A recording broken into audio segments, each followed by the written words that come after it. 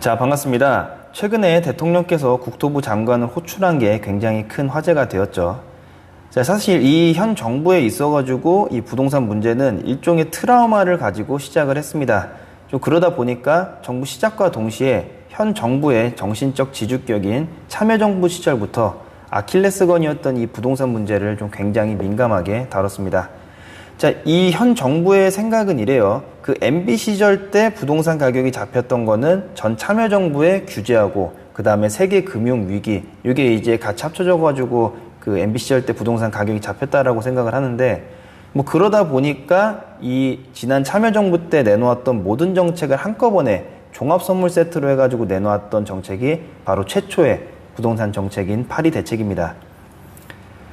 자, 어쨌든 이렇게 파리 대책으로 시작을 했지만 최근 6.13 대책까지 뭐 특별하게 성공한 사례는 없었어요.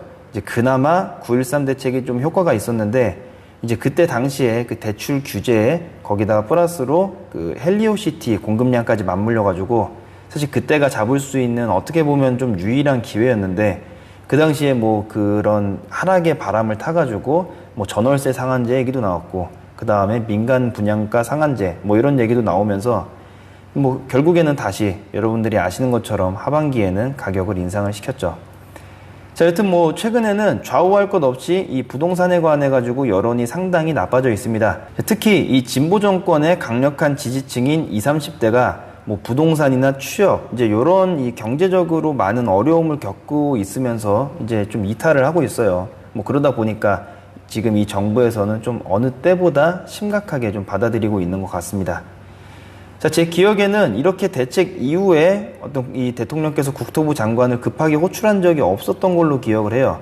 그리고 뭐 실제로 작년에 했던 이 국민과의 대화를 한다라는 프로그램에서 우리는 지금 잘하고 있다, 뭐 이렇게 계속 자화자찬을 했으니까 뭐 그동안 계속 심각성을 몰랐던 거죠. 자, 이 자화자찬과 심각성을 전혀 모르는 내용에 대해서는 제가 뭐 며칠 전 7월 1일인가에 그 찍어둔 게 있어요. 근데 그걸 빠르게 이제 편집을 한 다음에 좀 빠른 시일 내에 업로드를 할 테니까 좀 많은 시청을 부탁드리겠습니다. 그것도 굉장히 재미있어요. 자, 어쨌든 뭐 서론이 조금 길었는데 조만간에 22번째 대책이 나올 것 같아요. 사실 이 내용을 제가 제 유튜브 커뮤니티에다가 올렸고 거기에 동시에 그날 이제 촬영까지도 다 했는데 이게 좀 날라갔습니다. 근데 여러분들께는 좀 급하게 이걸 좀 정리해가지고 설명을 드리고 싶은데 영상이 날라가다 보니까 평소랑은 다르게 조금 구도가 다를 거예요. 뭐 제가 이 뉴스 기사를 보면서 얘기하는 것도 있고 또 제가 별도로 작성을 해놓은 그런 대본을 보면서 작성하는 것도 있기 때문에 뭐 평소랑은 이렇게 촬영 구도가 조금 다른데 뭐 불편하지는 않으실 거예요. 그냥 이제 귀만 열고 계시면 될 것 같습니다. 자, 여튼 앞으로 나올 이 22번째 대책은 과연 어떤 내용일지 같이 예상을 한번 해보도록 하겠습니다. 자, 우선 그동안 철저히 외면을 받았던 30대한테는 좀 신락 같은 희망이 생기는 그런 정책이 될 것 같아요. 단 물론 결혼을 한 사람들이라는 그건 좀 전제 조건은 있습니다. 자, 앞으로 나올 22번째 대책은 한 4가지 정도로 키워드를 요약을 해볼 수가 있을 것 같습니다. 자, 먼저 첫 번째로는 공급 확대, 그리고 두 번째로는 추가 규제, 세 번째로는 종부세 강화, 그리고 네 번째로는 생애 최초하고 신혼부부 특별공급 물량 확대입니다. 자, 첫 번째 공급 확대부터 보면은 이제 어떤 기사는 뭐 4기 신도시까지도 예상을 하고 있어요. 자, 근데 뭐 4기 신도시가 들어온다 하더라도 뭐 너무 많은 세월이 걸리기 때문에 이제 그거는 좀 힘들 것 같고 뭐 유유부지 몇 가지를 이제 더 색출하지 않을까 뭐 이렇게 예상이 됩니다. 자, 근데 지금 문제는 사실은 신축 공급도 공급이지만 이 구축 공급이 참 문제예요. 그런데 어떤 정확한 원인 파악이 아직까지는 좀 제대로 안 된 것 같아요. 일단은 재건축을 억제를 해봤자 신축 공급이 안 돼가지고 뭐 주변 신축이 가격이 다 올라갑니다. 공급이 줄어드니까요. 뭐 그러다 보니까 이 억지로 재건축을 하게 돼가지고 이 낡은 아파트가 이제 신축 아파트가 됐다. 그럴 경우에는 신축 가격에 맞춰가지고 가격이 확 올라가겠죠. 즉 이 재건축을 규제하는 것 자체가 아무런 의미도 없고 오히려 신축 가격만 더 늘리는 이제 그런 효과밖에 이제 일어나지 않은 건데, 자, 결국에는 뭐 주변 신축만 비싸게 해주는 뭐 그런 재건축에 대한 규제는 풀 생각은 없는 것 같고 뭐 그냥 새로운 땅에다가 공급량을 발표를 하지 않을까 그렇게 생각이 됩니다. 자, 그리고 이제 구축 공급에 대해서 사실 되게 할 말이 많은데 이 구축 공급, 즉 이제 현재 시장에 나올 수 있는 즉 이 개인 간의 거래가 가능한 즉 부동산을 통해서 서로 매매를 하는 이제 그런 공급이 가능한 물건들, 여기에 대한 규제를 조금 풀어줘야지 이런 물건들이 시장에 나오고, 그렇게 해서 시장에 나오면은 가격이 하락을 할 텐데, 근데 아직 요거에 대해서 규제를 풀거나 할 생각은 없는 것 같습니다. 자, 실제로 올 상반기에 조금 가격이 많이 조정이 됐었죠. 그런데 이렇게 가격이 조금 조정이 되는 요인은 여러 가지가 있겠습니다만은, 그리고 그 코로나로 인한 그런 이유도 있겠습니다만은, 이제 그것보다 더 큰 게 바로 다주택자 일시적 양도세 중과 배제죠. 자, 대출 규제건 아니면은 거래 신고제건 지금 다 그대로 시행이 되고 있습니다. 그대로 다 시행이 되고 있는데 상반기에는 가격이 떨어졌고 지금은 가격이 오르고 있어요.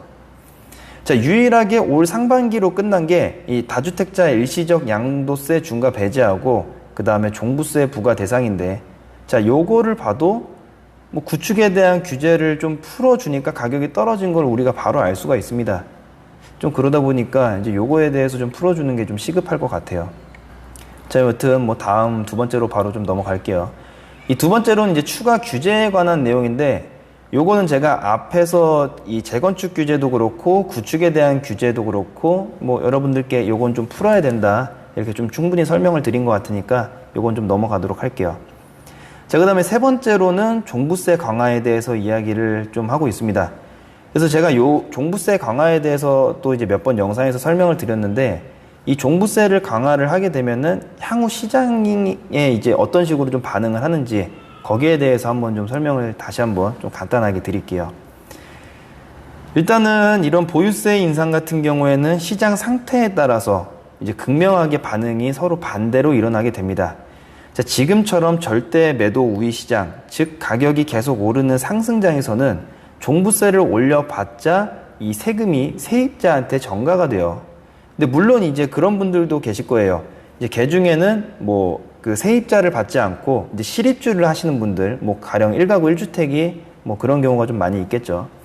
자, 이런 분들 같은 경우에는 전가를 못 시키고 그러다 보니까 이거를 이제 부담스러워 가지고 팔기 때문에 시장이 많아진다 물건이, 이런 식으로 생각을 하실 수도 있겠지만 시장 전체적으로 봤을 때는 그렇게 물건이 늘어나지가 않아요. 게다가 지금 전체적으로 가격이 계속 오르고 있는 상승장에서는 이 세금 그냥 몇 천만 원 내고 집값 한 1, 2억 올라가는 게 훨씬 더 이득이기 때문에 굳이 집을 팔지를 않습니다.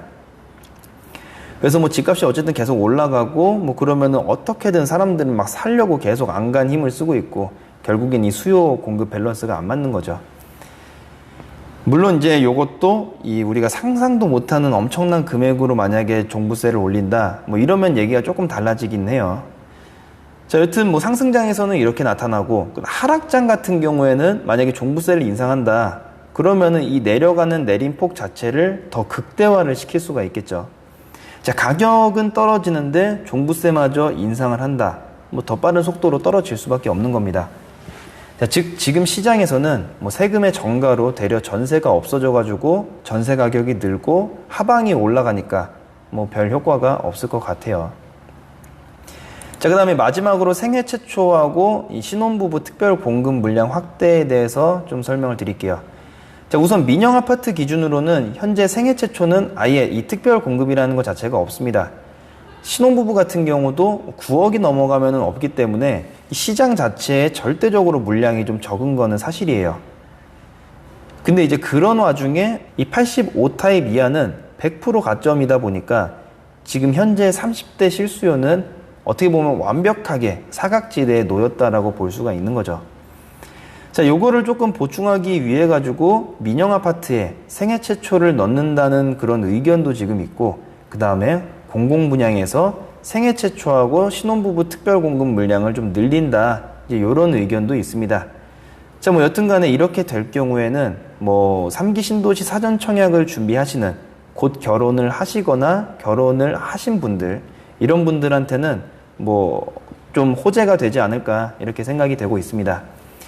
자, 그러면은 결혼을 안 하는 30대는 어떡하냐 이렇게 조금 이제 생각을 하시는 분들도 계시겠지만, 요거는 제가 봤을 때는 보호가 앞으로도 좀 안 될 것 같아요. 이제 그 이유는 뭐냐면은, 지금 계속 비혼자가 좀 많아지고 있어요.